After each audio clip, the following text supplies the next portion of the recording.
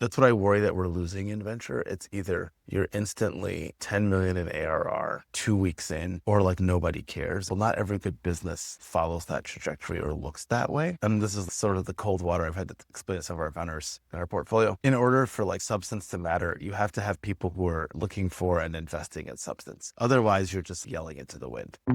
It's the week of February 23rd. Welcome to the Learning Corner, a Precursor Ventures podcast. Welcome to the Learning Corner by Precursor. I'm Mia Farnham, and I'm joined by our GP and managing partner, Charles Hudson, where we will be talking through the articles and good reads that caught our team's attention over the past week. This week's first piece is the much circulated Citrini Research piece, the 2028 Global Intelligence Crisis, written as a macro memo for the future, styled as a postmortem on how the AI productivity boom tipped into something much darker, a 38% drawdown in the S&P, unemployment at 10.2%, and a consumer economy quietly hollowing out. The argument isn't that AI failed, it's that AI worked exactly as advertised, and that's the problem. The piece traces how agentic coding collapses the SaaS market, AI agents dismantle the entire intermediation layer of this economy, and white-collar job losses compound in a feedback loop with no natural break. It also digs into how PE-backed software LBOs and life insurance companies became a daisy chain of correlated bets on white-collar productivity growth and what happens when those bets go bad. Last week, we talked about something big is happening, which rippled through group chats and LinkedIn, and the Citrini 2028 memo seemed to have percolated all the way out to public markets, with notable software sell-off reflected in stock prices. Last week, I know you asked yourself, why this one? Speaking to why this article was picked over others and got the reaction that it did, do you have the same reaction here? I read it and I'm always like, these posts are fun to read because they're like thought experiments. I've also learned there's very little I read in there where I'm like, I haven't heard other people make these comments. And this is like the second time in 2 or 3 weeks where something is blown up. And I was like, oh, that's right. You live in the world of private markets where you read a bunch of people who've been talking about and thinking about these things for a while. And I have no idea what makes any given post break through and stand out, but it does. I read it and there were certain parts of it that I was like, I'm not entirely sure I understand. They don't really present like an economic model for how this all works. It's more of a thought experiment. There are two things I read in it that I thought were interesting. One is this whole notion that no one's going to buy software anymore. I think a lot of people are like, oh, people are going to vibe code stuff. Like there are other alternative universes where software is less valuable. And I don't know, I told our LPs this a few years ago that like, I think AI is going to be very deflationary for software. And they looked at me like a crazy person. I think it's far less likely that you're going to vibe code an HRIS system. It's a lot to maintain. And I think the thing people seem to forget is if humans are going to vibe code all these things, everybody's going to have to recreate the same feature themselves and maintain this stuff and do patches and security. And the history of software is it's more fun to build prototypes than it is to maintain production software. But that's like the human world. What I could imagine is something that looks more like Moltbook, where you have a bunch of agents who get together and say, we're going to build and maintain an HR system, and we're going to build it together as autonomous agents. And as our human overlords or underlords, as the case may be, encounter problems, we will collaboratively. But you know what that sounds like? That sounds like open source software. The only difference being the contributors are agents and not human beings. And if you think about some of the things that have plagued open source software, it's that people don't generally get paid to maintain it and they have jobs. And unless the project achieves escape velocity or has a really motivated project creator, they don't go anywhere, but the agents don't need jobs. So I can imagine a world where there is more software that's commonly used. It's supported by an army of agents, and those agents are using some platform that Moltbook or some agent language where they are doing the development and advancement of features. I can envision that world. I don't think that world happens in 2028. I think the piece also is your classic, we won't need McKinsey, we won't need DoorDash. I was like, coordination is part of what intermediaries provide. And I read the DoorDash piece, and I guess it could be like agents finding work for people, but this seems like decentralization for decentralization's sake. Yeah. And I kept reading it, and I was like, the thing that bothered me about the piece that I couldn't put my finger on it till this morning is it assumes that there's no system level reactions as these things are happening. It's just like these things happen and people just allow it to happen and they don't intervene. And I don't think that's what's going to happen. I mean, we're already seeing people have pushback as data centers kind of take over in different rural areas. People get a little bit more personally attached to kind of where things are headed. I'm going to fudge the author's name, but run another piece that was a response to the article. And he said the response of the software sell-off, people are kind of forgetting that a lot of these software tools in stronger language stink to use day to day. Yeah. So no surprise that there's pushback. The market is reflecting so. A portion obviously to do with different launches of products coming out from foundational LLMs, but maybe more to do with the fact that people are always wanting more improvements in the multi-million-dollar contracts that they're paying for. And for the first time, maybe those folks are looking at other options. But we talked about this 2 podcasts ago, the idea that everyone moves over immediately. Massive Fortune 500 companies move over immediately and abandon these software companies that have serviced them for the last 2 decades across their time organization overnight. It just feels a little bit reaching. Noah Smith wrote a really good piece, I thought, about the public's reaction to the piece on his Substack, No Opinion, noting that it's normal for stocks to dip when a new product launches under foundational LM. But the fact that this was 1, like on a Substack, and 2, just a scenario, and still made so many headlines was what surprised him. He also, to your point about, we've seen this before, he draws parallel to 2008, where different looking stakeholders sold each other assets that simply weren't worth what they were priced, and the market collapsed under the volume. So any thoughts on that comparison from your perspective? Every time I talk to somebody who's in credit, the only thing I want to talk to them about is data centers. It's like the only thing I want to talk to them about. It's also the only thing they're investing in, so it's actually a pretty easy conversation. And I think if there were a canary in the coal mine, I do think I think we mentioned this before, when these things blow up, it's usually on the debt and credit side of the ledger. It's not usually on the equity side. We don't know the residual value of a data center, particularly on the current trajectory, because most data centers are power constrained. And so right now, 2 things. 1, there appears to be relatively little, it's like this weird conundrum. We don't have enough data center compute to power everything that people want to build. But at the same time, it's not clear that the ROI on building all of these data centers, I was like, it's going to be like fiber. We eventually needed it. I'm like, well, we put it in the ground. It wasn't a big eyesore. It wasn't power constrained. And we lit it up as we needed it. Data centers are a little different. I could tell you a world if chips remain power hungry where some of these old data centers simply just don't have enough power to be relevant. And I think this is the first, I think also, as you mentioned, the social political piece around it. This is the first tech wave in my life where people were not unambiguously enthusiastic about it. And I don't think people are wrong to be hesitant in the, like, what does this mean for me bucket?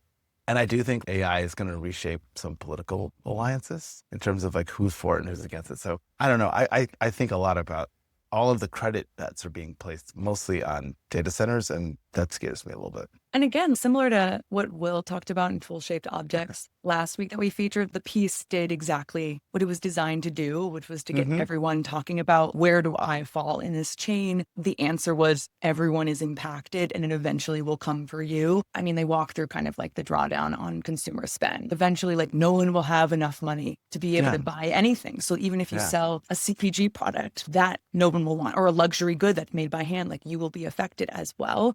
Again, if I lived outside of this bubble, which you and I live in, which is just venture and tech news all the time, you would know that there's been hundreds of these pieces published prior, and a lot of them kind of touch on similar threads. But if this was the first time that I'd read it, but it reminded me of like Tim Urban's Wait But Why that he did in like 2015 or something, and everyone rediscovered it. Similar reaction, everyone running around like crazy on Reddit. I don't think the full Citrini scenario is where things end up, but specific points along that plane do feel entirely possible.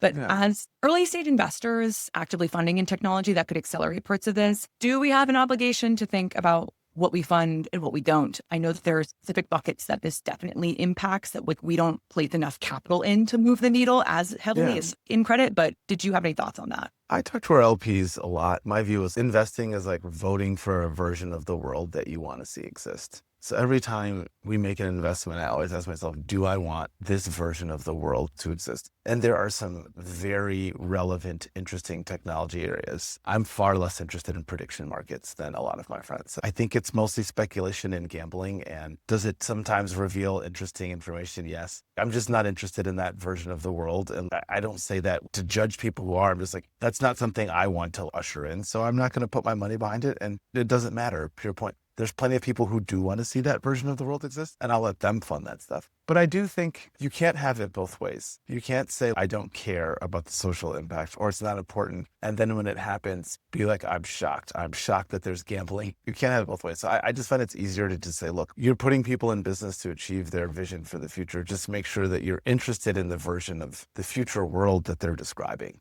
Well, for our next topic, we're highlighting a great piece from Strictly VC Download where Connie Loizis sat down with Stacey Brown-Philpott, former CEO of TaskRabbit and the founder of our friends over at Cherry Rock Capital, a firm laser focused on Series A investing. Cherry Rock is deliberately focused on Series A stage Stacey believes is full of opportunity, with her team's edge being the ability to find great companies early across multiple coasts and position themselves as the obvious partner before the deal gets super competitive. Her approach to winning in that competitive landscape is finding companies early and positioning Cherry Rock to be the obvious partner by the time the company is showing real signs of growth. She is focused on quality revenue over ARR as the signal, specifically long-term contracts and deep enterprise relationships that point to product market fit at scale. The episode also touches on the bifurcation happening across venture as fund sizes grow, with lots of activity at seed and at the mega rounds, but a real scarcity of co-investors and follow-on capital at Series A and B. Stacey's view is quite simple. It's great businesses will get funded. She also shares a measured take on workforce displacement,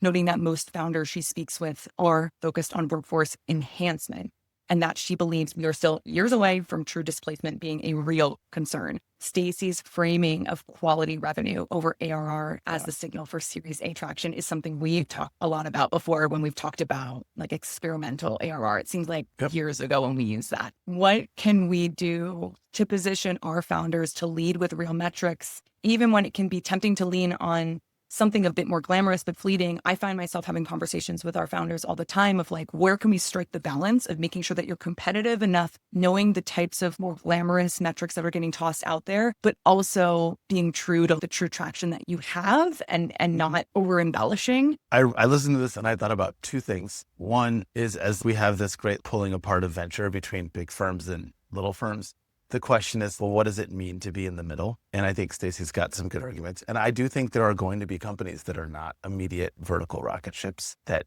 either need more time or need more capital or need a partner who can like help them get from A to B. I think that's what I worry that we're losing in venture. It's either you're instantly 10 million in ARR 2 weeks in, or nobody cares. Well, not every good business follows that trajectory or looks that way. And this is sort of the cold water I've had to explain to some of our founders in our portfolio. In order for substance to matter, you have to have people who are looking for and investing in substance. Otherwise, you're just like yelling into the wind. I look at our portfolio, we have a handful of companies that are compounding really nicely. They're not growing 10x. This is real revenue. These are customers who are using and paying for the product and coming back month over month. And I have no concern. There are other companies that I've met where I've seen vertical growth charts and I'm just like, are those people ever going to come back and use this again? And we see this at the beginning of every cycle. You know, I think back to mobile, and for a while it was downloads. Everyone's like, look at this downloads number. And then we eventually realized, you know what's more important than downloads? Usage. And you know what's better than monthly usage? Daily usage. You know what's really interesting? The ratio of debt. And eventually we figured out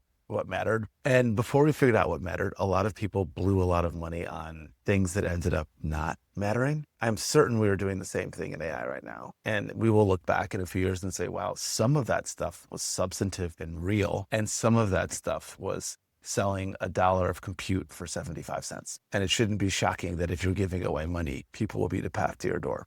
I love the Cherry Rock team. I know that they do a really good job of identifying people who are kind of like at the inflection point and getting ahead of them before, you know, it hits the automatic Series A metrics, which everyone then has already flooded to the market and typically given term sheets that not everyone can compete on. But that strategy does require everyone around the investment committee table to be bought in on being okay with a little bit less traction and metrics than you'd be comfortable with if you're like a true Series A or true Series B investor. I think this a lot about, I was on the phone with somebody else who they are a classic Series A fund, and you can tell they want to come earlier and earlier, specifically like with pre-seed stuff. They were asking me like what sort of things could be competitive for us to construct within our own fund model to make us take up a bigger space within that market. And my response was, does your leadership clearly align with what pre-seed looks like? Because if not, then you're just going to end up getting into deals that aren't actually the best pre-seed. They just look good for what you're trying to do. We do pre-product, pre-everything. And so we're very comfortable with that. But I know a lot of people who attempt to move early as a mechanism to get competitive end up like almost selecting the wrong types of deals because you get the worst. Yeah. So how do you, I don't know. I'm curious to know what you think about that when we talk to Holland. We're thinking similar strategies. I think it's funny VCs make fun of people for being Luddites. I think most people in venture don't want the venture business to change just as much as people in the newspaper business probably didn't want the newspaper business to go digital. And I think the most dangerous thing you can do as a fund manager is assume that the future will be like the past. And I think there was a very important and clear role for $500 million Series A venture funds in a world where fundraising was sequential and where the biggest venture funds weren't actually that big. We just don't live in that world anymore. And so the question is like, if you're going to participate not at pre-seed or seed and not at scaled Series A, you got to have a reason for existing. And one reason for existing, if I were to like play back something I think Stacy said kind of without saying it, is there are companies that would have been Series A ready 3 years ago based on metrics and progress that are good companies that are being overlooked because there's a set of investors that are looking for something that's an order of magnitude higher. And the mistake I see people make is what you described, which is like, well, we want to do pre-seed. Someone's like, yeah, we do pre-seed companies. I'm like, what are you looking for? Well, companies with at least 250K in ARR. That's what our seed portfolio looks like, not our pre-seed. So you might find companies with those metrics, but they're probably not the droids you're looking for. Like they're not going to be the best companies. Well, our last piece this week is a LinkedIn post from Alex Paul, one half of the Chainsmokers and founder of Mantis VC. Alex shares that over the last few weeks, he's received a handful of eerily similar emails from portfolio companies, founding teams splitting up and moving on, not because the companies failed, but because the frontier had moved.